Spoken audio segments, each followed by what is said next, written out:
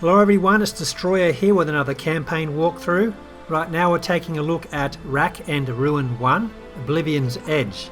I'm using a Stronghold level 9 here, however you can finish these missions with a lower Stronghold level. Just make sure your troops are high enough level. There are only 4 bases here to attack. They do get harder. And you do need to use battle stones as well, so this will cost 4 battle stones. I'll let you read through the storyline at your own pace. This first one is High River Run, and the reward is 50,000 gold.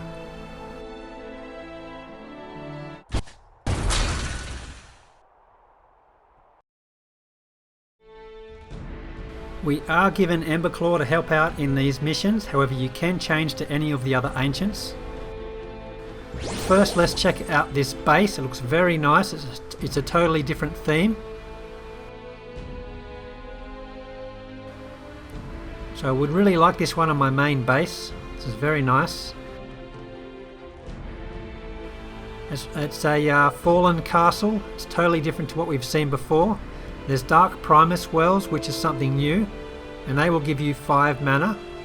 There's a lot of bunkers guarding the middle, sky watchers on the outside, as well as some arrow launchers there. Watchtowers at the back, a couple of Curse Touch spell towers. Now I'm going to select 4 Veil. However, I won't be using my spells at all. So you can select any dragon you wish here. But I will show you how to get as much mana as possible. So my tactic here will be to drop the 4 Veil right on the Primus to get the +5 mana, followed by taking down the arrow launchers. That will be out of range of the Sky Watchers. So at the back here, I will be sweeping 4 Veil across to the watchtowers. And I'm going to use a full Warden army here because I want to stay out of reach of those bunkers. So these Wardens have long enough reach to be out of range of those bunkers. So as I said, I'm going to use 4 Veil at the back first. It's out of range of all the defences. The arrow launchers do not attack air troops. So that's the +5 mana there. Another 2 from the arrow launchers. I'll speed this up a bit. Now I'm going to get ready to swipe the dragon across the base. This will distract the watchtowers. And the dragon will get all of the focus from those 4 towers. Then it will be safe for me to drop all of my wardens. I'll just drop 3 of them here to show you that it can be possible at lower stronghold levels. Dragon's taking a lot of damage, but I did manage to take down all of those watchtowers in the process. One of the spell towers does hit my wardens, but I managed to take down the fallen tower, which contains all of the loot. So that is a victory. 50,000 gold. The second base is called Shimmering Falls, and the reward for this is 55,000.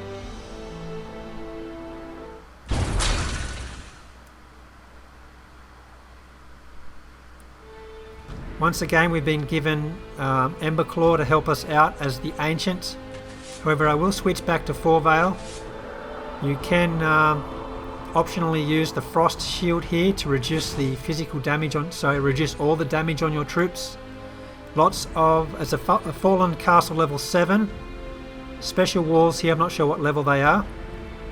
But there's a lot of Dark Primus Wells worth 5 mana each on both sides, so that's a lot of mana you can gain there. Curse Touch spell towers again. Arrow launchers, which will try and avoid some Sky Watchers, which make it hard to snipe with the dragon. And there's the Flare Tower, which is quite nasty. Providing you don't drop any spells, that will only target 1 troop at a time. However, it's quite high damage. So I will be avoiding any spells. So I won't be using any spells again. However, I will show you how you can gain a lot of the mana at the beginning. So that's just out of range of the Watchtower and the Sky Watcher. I can just hold down the fast forward here and take these down. They're fairly low health. So this is an easy 15 starting mana from this side. And as soon as I take down those 3, I will swipe the dragon across to the other 3 Primus, which will give me another 15 mana. So that will totally max me out. However, I won't be using the mana at all. But if you are a lower stronghold level, this is a good example of how you can beat it. You can choose any ancient you want here. Now here I'm going to drop the Warden, which will take down the Sky Watcher. It's also in the blind spot of the arrow launchers too. So now that I've taken down all that Primus, I can use the dragon to distract the spell tower. Half of the Wardens are going to run around the side. We'll take down that other Sky Watcher. And the Wardens can freely finish off this fallen castle. As you can see, not much difficulty here with this tactic. You can also drag the dragon over to finish off the castle as well. But these Wardens can easily take this down, so the key is to avoid using melee troops, otherwise you'll get within range of the flare tower. As well as if you use the spells, the flare tower will gain mana and then target 3 troops.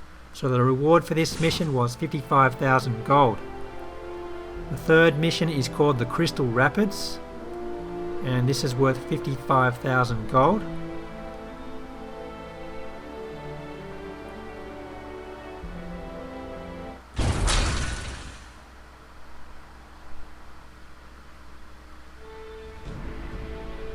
So this base has normal walls now for some reason. It's a fallen castle level 8. The walls are level 7. Similar to the last base, there's a flare tower, however there's a second one there at the back. The arrow launchers. The gold is at the front side, so that's the side we'll attack from. It's being guarded by a couple of watchtowers there as well. More Dark Primus on the sides and the spell towers with it. So once again I'll switch on over to 4 Veil. However, I won't be using the spells, however it is there for a backup. So I will be changing my troops this time, since that Curse Touch spell tower will be in the way a bit. I'll be coming from this side with the dragon first, taking down those 2 towers, swiping across and taking down the other 2. But the point of entry with the troops will be at that Curse Touch spell tower. So I'm going to go ahead and change my troops. I'm going to use 1 soldier, which has 50% reduced physical damage. That is going to be my distraction for the spell tower. First, let's drop down the dragon, gain some mana first. In case you're a lower stronghold level, you will start with plenty of mana. So if you can change to whatever dragon you're comfortable with and drop some spells. So here I'm going to gain quite a lot of mana for you. Drop it right down the wall there. 4 Veil only does a little bit of damage, but it does freeze defenses. If you do have other dragons, it will be more beneficial. Here I'm dropping the soldiers. They triggered off the spell tower, and the wardens behind managed to take it down before it triggers again. Now I haven't dropped any spells, so this flare tower is only targeting 1 troop at a time. However, it does do high damage. But I do have quite a lot of troops here, it won't be any troubles. And as soon as that Curse Touch spell tower drops, you can also swipe that dragon right into the castle, and there's no defences to take the dragon down. But I did have plenty of wardens to help me take that down. So as you see, I didn't use that many troops, so it is possible at much lower stronghold levels. 55,000 gold there.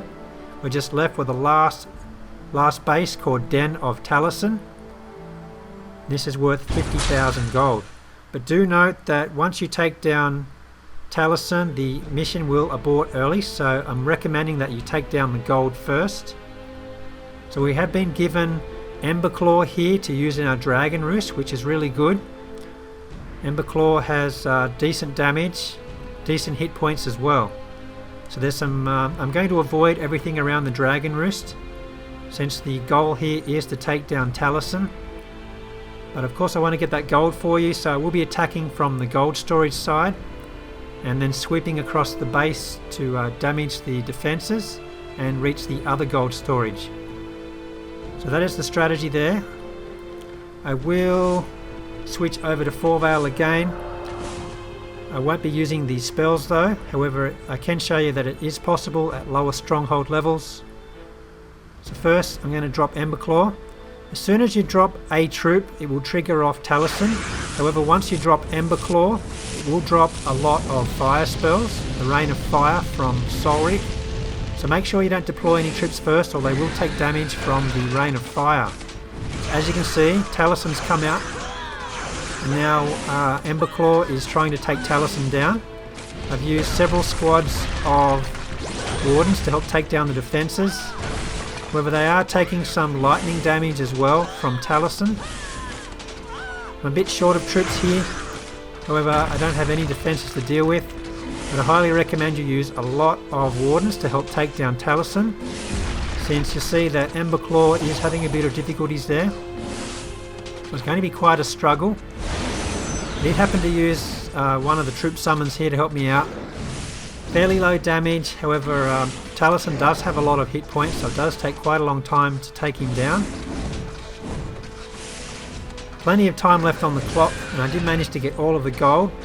Emberclaw falls, however I do have plenty of Wardens to help me out here, and I do have one more squad which I could have used as well. So as soon as Teleson falls, you'll notice that I still have time remaining, however the mission will abort early. So this is why I took down the gold first. So that is a victory, 50,000 gold, as well as a final reward of a rare Primus chest. So this can give you anywhere up to 10,000 Primus. However, my reward is 2,500 pure Primus. So you close that window and you can finish off the storyline, and that is the end of the campaign. There is a Wrack and Ruin 2, Forgotten Hills, coming out shortly, so you do need to finish this campaign first in order to move on with the storyline. So I hope this video helps you out. I do recommend at least a stronghold level 6 or 7.